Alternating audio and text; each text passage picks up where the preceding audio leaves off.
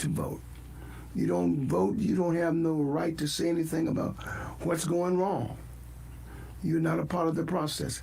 Our ancestors used to be shut out of it. My grandfather could not vote because in that day, that was the literacy. He had to be able to read and write. And if you couldn't read and write, you couldn't vote. All kind of things that they had to endure to keep them from voting. And so now, through all that suffering and through all of what our people have done, I can vote, you can vote, Grandma can vote, everybody can now cast your vote. So you need to, for the sake of those that were beaten to death, all kind of things have happened to keep African Americans from voting. Yes. So let's not forget from whence we've come. I got a message I want you to hear a little bit of. This man been around for many, many years. He was back in the struggles, and he understands. He's preaching a message called selective amnesia. We're talking about that's Reverend Al Sharpton. You want to hear this message. It's a powerful message he preached called selective amnesia. In other words, you choose to not remember. You make a plan to not remember, and that's sad. So let's hear a little bit of that message at this time.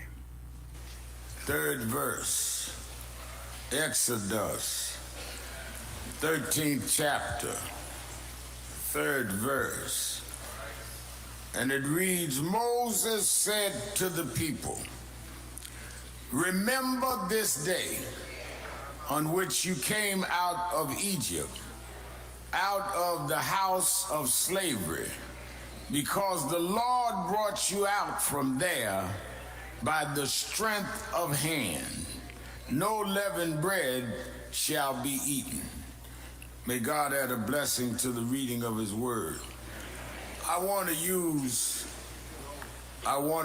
for a thought this morning, selective amnesia.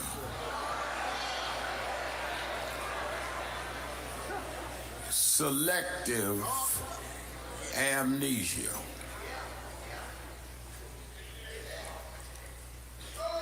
As many of you know, I host a television show on Saturdays and Sundays and do others during the week and have a daily radio show.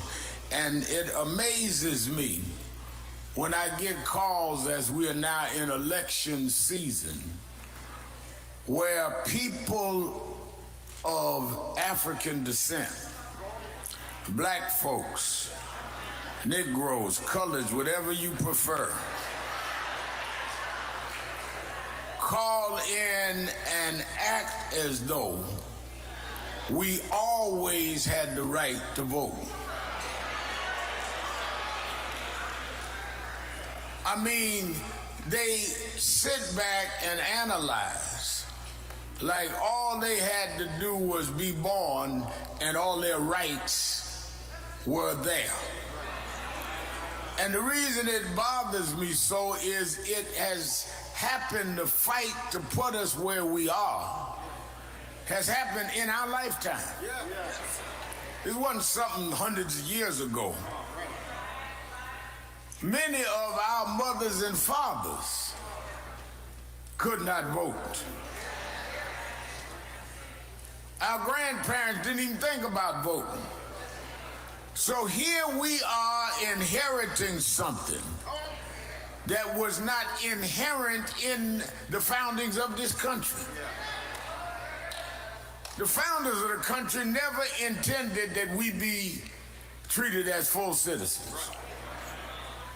The founders, they put in law. You know, there's a lot of people, I know in Texas there's a lot of controversy around immigration, and I'm against discrimination, though I don't think everybody need to be doing what they're doing.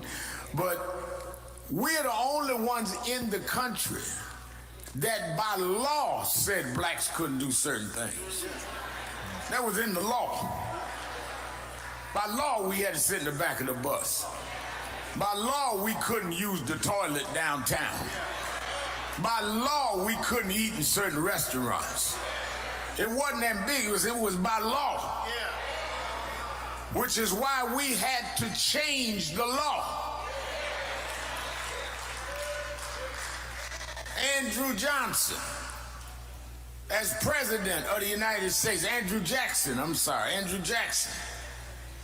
put on the bench, nominated for Chief Justice of the Supreme Court, a man named Judge Taney.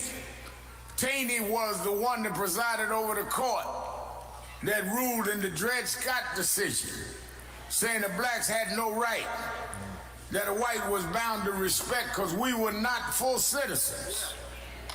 That's what Judge Taney's court said, nominated by Andrew Jackson.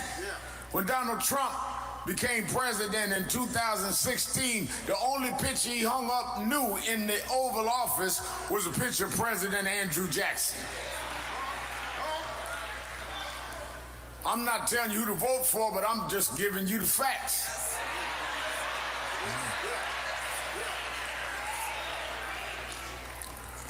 So, people fought to give you and I the right to vote. People marched. People went to jail. Some people died. Jimmy Lee Jackson, Goodman, Cheney, and Swerner. They died. They killed Goodman, Cheney, and Swerner, two Jews and a black, for registered voters in Mississippi. There was a leader in Mississippi named Medgar Evers, head of the Mississippi NAACP. Registered voters, they told him to stop or they would kill him. He pulled up one night in his driveway.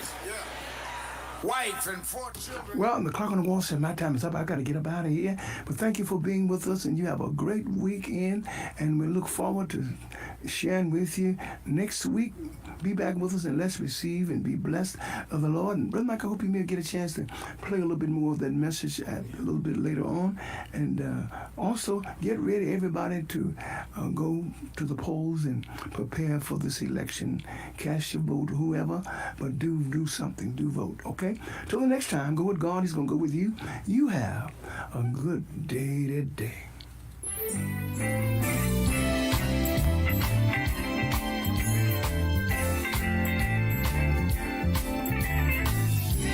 Teach us, Lord, to number our days.